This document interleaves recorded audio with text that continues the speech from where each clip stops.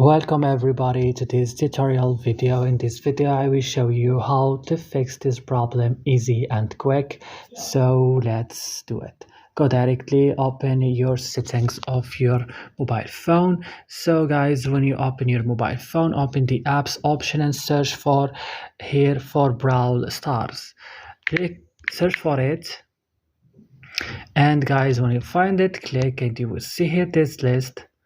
Go to storage, click clear cache only and back, click right now on force stop, click OK. So after doing this, you just have to click on battery and make it on optimized mode. Move here to Play Store or App Store and update your browser on the last version if it is available.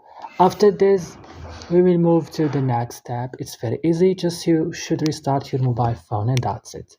Don't forget to like and subscribe in our channel, and bye.